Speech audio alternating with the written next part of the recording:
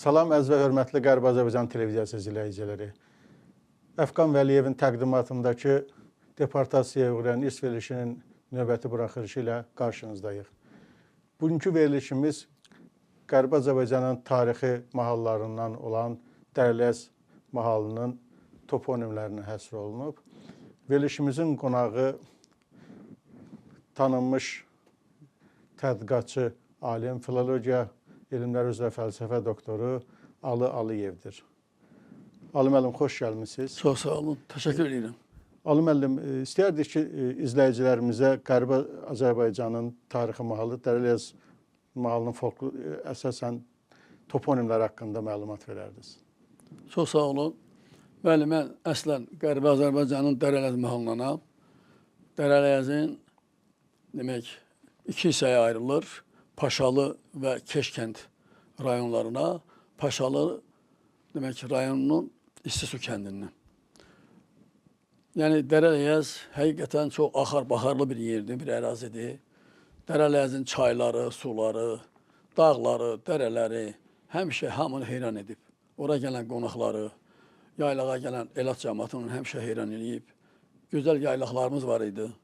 Bütün rayonlardan o yaylaqlara Elat tərəkəmə cəmaatı gəlib, bir neçə ay orada bal heyvanlarını dağda, demək, o yaylaqlarda yaylayardılar.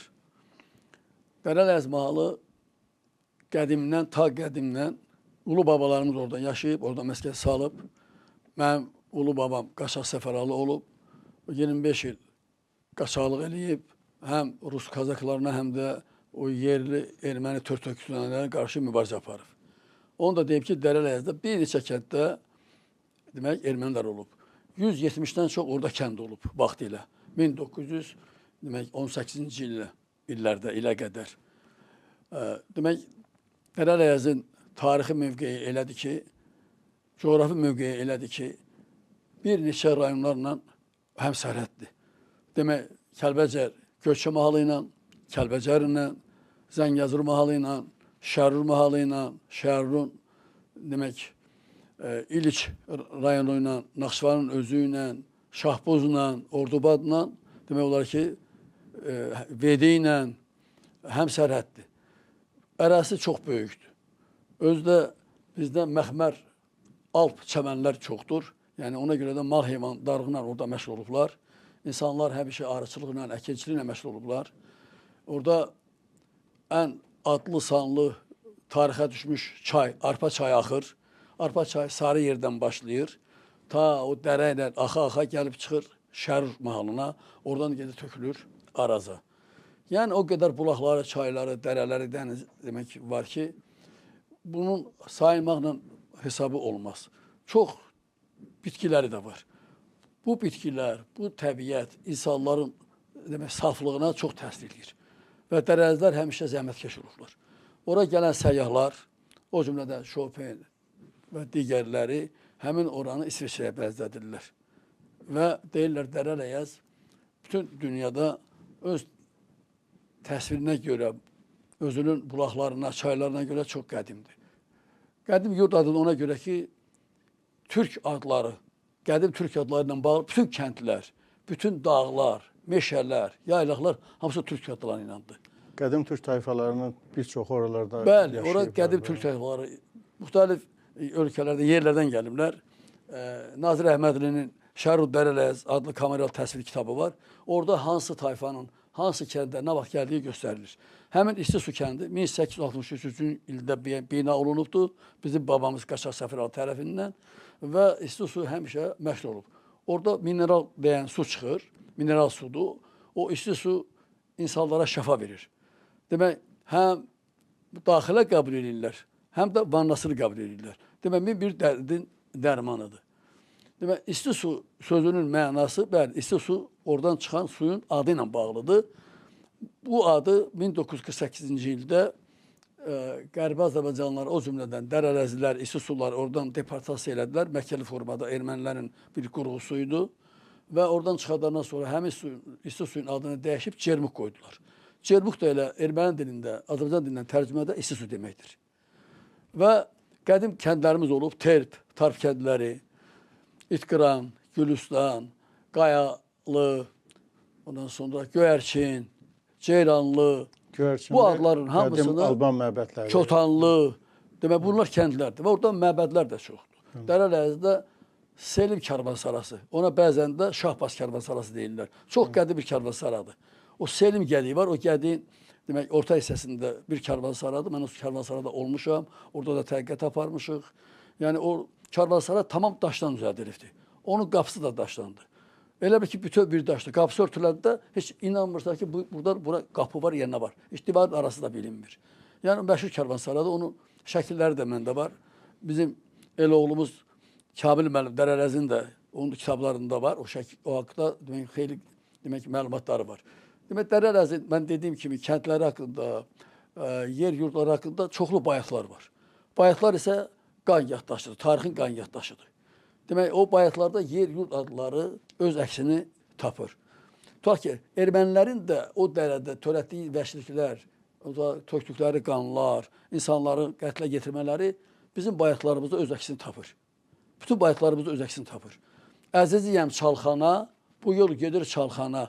Erməni hücum etdi, dağıldı Gümüşxana. Gümüşxana kəndi böyük kənd olubdur. Çox böyük kənd olub.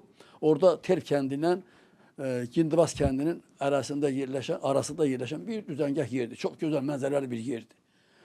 Sonra Çotanlı kəndini ermənilər 1980-ci illərdən əvvəl, 70-ci illərdə adını dəyişib Qarablaşıya qoydular. Demək, bu ad dəyişmə ermənilərdə dövlət səviyyəsində gedirdi. Onlar Ali Sovetin qərarı ilə bir də görürdüm, bir gecədə bir neçə rayon adını dəyişdilər. Ali müəllim, bu proses nə vaxt başladı? Bu proses 1918-ci ildə. Demək olar ki, 18-ci ildən.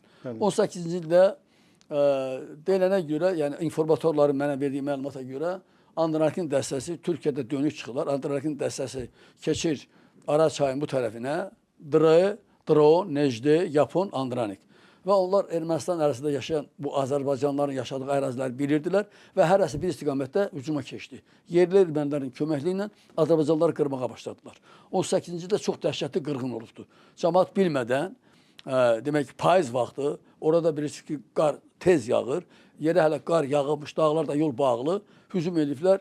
Bütün o Dərələz mahalında, Əmağuda, Ələyəzdə, Qovuşuqda, o cümlədə Gindivasda, Gümüşxanada, İstisuda və digər kəndlərdə, Kotanlıda, o dərə boyu demək böyük bir kənd olubdur, Cul kəndi.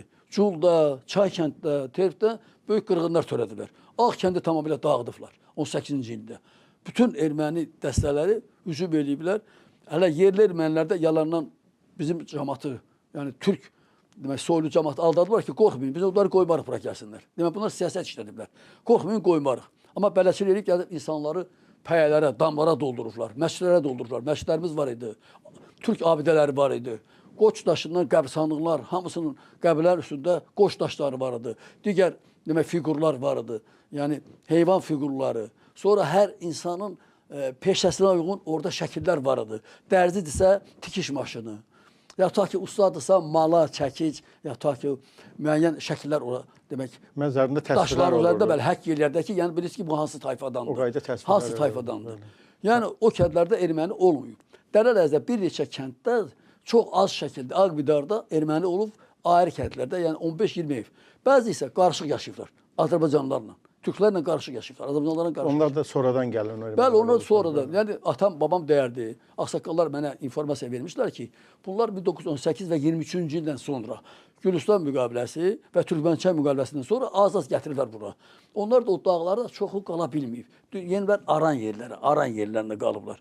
Və onlar yayda çıxarmışlar, yazdan başlayaraq yayda. Müsəlman kəndlərində ustalıq eləyənmişlər, fəhləlik eləyənmişlər.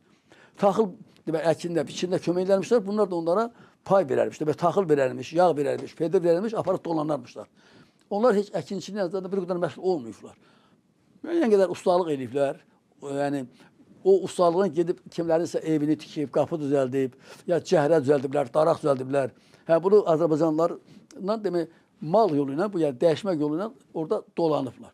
Və onlar son vaxtlarda da, yəni kənd təsərrüfatı ilə, müxtəlif işlərlə heç məşğul olmurdular.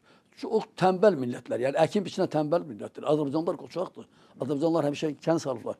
Yenə deyirəm, orada olan demək yer adları, toponimlər çox məşhur toponimlər olubdu. Dediyim kimi, demək bizdə var idi Gindibas vəngi. Vəng deyirdik biz. Vəng. O vəng mənim babam Səfəraldan da qabaq orada olubdu. O həmişə qışda o vəngdə qalarmış. Demək qaçaq olduğu üçün o kahalarda, vəngdə qalarmış. Yazda da çıxarmış Göydağ deyirik. Orada Göydağ böyük meşəsi var. Orada meşənin içində bir tala yer var. Orada çadırı qurarmış, orada qalarmış. Başında 100-dən çox nəfər olub, atlısı olubdu. Bu cəmaət də buna kömək eləyirmişlər. O qaçaq Səfəralı demək digər qaçaqlardan, digər elə bil ki, quldurlardan bu dərəni, bu mahalı qoruyarmış. Ona görə cəmaətin də, bəylərin də, xanların da ona böyük hörməti varmış, onu hörmət eləyirmişlər. Onun qoşununda demək ətlik verərmişlər, taxıl verərmişlər. Çünki o da gəlib vaxtıyla, yəni Dərələz belə bir mahaldır ki, yəni oranı tanıyanlar bilir. Orada taxıl əkirsən, çox zaman yetişməmiş qar yağır. Qar tez yağır ora. Qar yağır, qarın altında qalır. Səfəral da qar yağmamış da gəlib kənd cəmaatına kömək eləyərmiş. Həmin o taxılın biçilməsinə, döyülməsinə, yazda əkilməsinə öz dəstəsinə kömək eləyərmiş. Və həmin bəylər də, həmin o kəndlilər də, yəni o da bəy tayfaları çox olub. Yəni Dərələzdə bəy tayfası olublar və onlar da qaçaq Səfəralıya kömək eləyərmişlər. Orada adlı sanlı kişilər olublar vaxtilə. Qaçaq Səfəralının vaxtında Məmmədalı adları dəyişdiriblər. Bəli, çox yerlərin adını dəyişdilər. Yəni yeni kəndlər, Ərgəz vardı, Ərgəz. Ərgəz qalası da vardı orada. Ərgəz elədilər Araqat. Ya ta ki Kötanlını elədilər Qarbraşin. Sarava terfi elədilər Saravan. Sonra Cermuku elədilər, İstisu elədilər Cermuk. Sonra Culu elədilər Ardavan. Demək, bütün adları dəyişdilər. Sultanbəy vardı, elədilər Sers. Ermənilərdə dəyişmə nə idi? Ermənilərdə, mən erməni dilində yaxşı bilirəm. Özdə Ermənicə Cermuk şəhərində Ermənicə məktəbdə bitirmişəm. İrəvanda məktəbə bitirmişəm. Ermənicə yaxşı bilirəm. Demək, ya onlar sözlərin mənasını tərcümə edirdilər, ya onun ermənicə, məsələn, Almalı kəndi var idi, gözəl kəndi idi. Eləmişlər Xınzorud. Xınzorud elə almalı deməkdir. Demək, tərcüməsini verirlər, Xınzorud. Tərcümə kimi. Bəli. Ondan sonra Cul kəndini elədilər Ardavan. Ard, yəni zəmi kənarı, zəmi yeri, belə bir şey. Arpa var idi. Demək, Arpa çayı axır, o Dərələzin elə başlanğıcında Arpa kəndi var idi. Arpa kəndini eləmişlər Areni. Demək, bunlar tamam dəyişirdilər. Demək, yer yurt adları tamamilə toponimləri dəyişirdilər. Bu 65-ci ildə sonra daha böyük vüsət aldı. Çünki onlar millətçi ermənilər bilirdilər ki, orada türk xalqları ki yaşayırsa, bu toponimlər türk adını daşıyırsa, hansı vaxtsa bunlar demək bu məsələni qaldıra bilərlər. 1918-ci ildə qırğın olub Dərələyəzdə. 1920-ci ildə olubdu. Cəmaət qaçıbdı. 22-ci ildə yenə yenidən qayıdıblar. 1922-dən sonra gəldi çıxdı 30-36-cı illərdə olubdu. Bu müharibə vaxtı çox qəribədir. Ermənilərin siyasətindən bir baxaq. Müharibə vaxtı insanlar getmişdi müharibəyə yox. Bütün kişilərin hamısını 60 yaşa qədər, 65 yaşa qədər müharibəyə göndərirdilər. Qəsdən Azərbaycanlıları göndərirdilər. Demək 36-37-ci illərdə, 38-ci illərdə kulaq məsələsi oldu, kulaq məsələsi. Azərbaycanlılardan babat olanların, şərait olanların hamısını kulaq elədilər. Onlardan bir də elə mənim babam idi. Babamın qardaşı. Demək, Bəşir kişi ilə Qurbanallı kulaq illər. Kulaq deyəndə yəni ki, yox, varlı kimi. Amma onların heç var dövlət olmuyor bir-biriyle.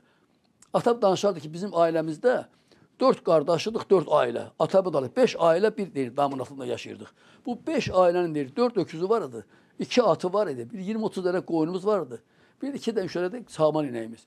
Onu elə 5 yerə bölsədik ki, adama bir dənə inək çatmırdı, ya bir öküz çatmırdı. Amma deyir, onunla gəldilər, atam deyir, qoca vaxtında onu kulak elədilər, qardaşı Qurbanəli ilə bir yerdə. Ondan sonra demək, əmim savadlıymış o vaxtı. Beybud, Aşıq Beybud deyirlər, şair Beybud. Dövlət işçisi də işləyib. O Moskvada yazır ki, bəs mənim atamı tutublar, atam bu yaşda 70-80 yaşında atamdır. Bu biz kulak olmamışıq, bizim ailəmiz kulak deyil. Güya Moskvadan belə bir əmir gəlir ki, ataları buraxın, oğlanları tutun. Babamı buraxırlar Bəşir kişini, atam Abdullanı tuturlar. 9 iş kəsirlər. Eyni də Qurbanəliyə. Atası ağanı buraxırlar, yaşlıymış. Ona da 9 iş kəsirlər. O yazı Qurbanəli geydi, türmədə ölür. Sonra atam Bakıya yatab olunur, Bakıda gedir, Orta Asiyaya yatab olunur. Neçə ildən sonra atam 8 il yarım yatır, 6 ay buna güzəşt edirlər. Və gəlir İstisusya. Və gəlir ki, tamam dəyişilir. Azad İstisusya artıq adamlar gəlir, ermənilər gətirirlər. Bunları istəyirlər ki, bunlar Kurus şəhər eləsinlər. Demək, yavaş-yavaş. Bunları gətirməkdən başqa gəldi 48-ci il düşdü ortaya. 48-ci il gəldi, 47-ci ildən Nazirlər Sovetı əmr verdi. Ermənistandan Azərbaycanlılar köçürsün. Ermənistan deyil, Qərbi Azərbaycandan Azərbaycanlılar köçürsün digər Azərbaycana, Şimal Azərbaycana. Bunu niyə elədilər?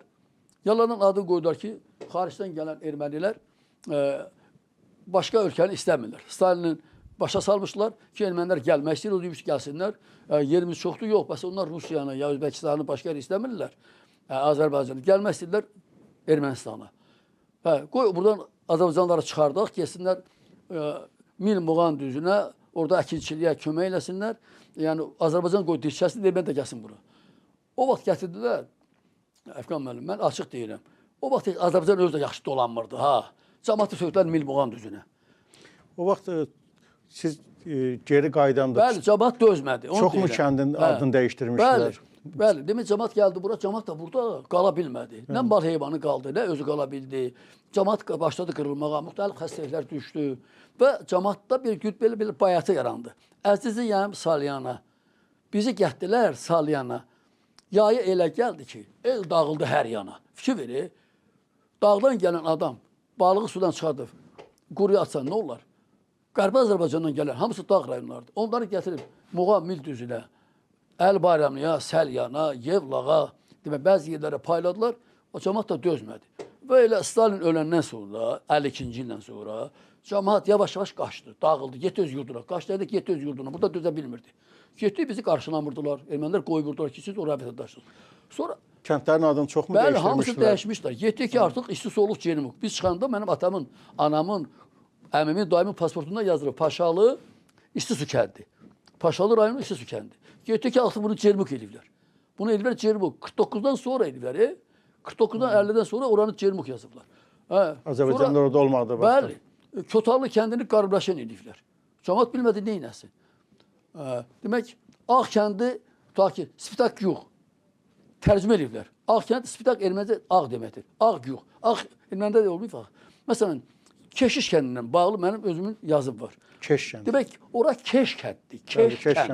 Keş kənd. Keş sözü qədim türk əlifbasında, indi bu dəqiqə bəzi bölgələrdə də dərə deməkdir. Dərə deməkdir. Yəni, Ələyəz dərəsi böyük bir uzun dərədir. Uzun dərədir.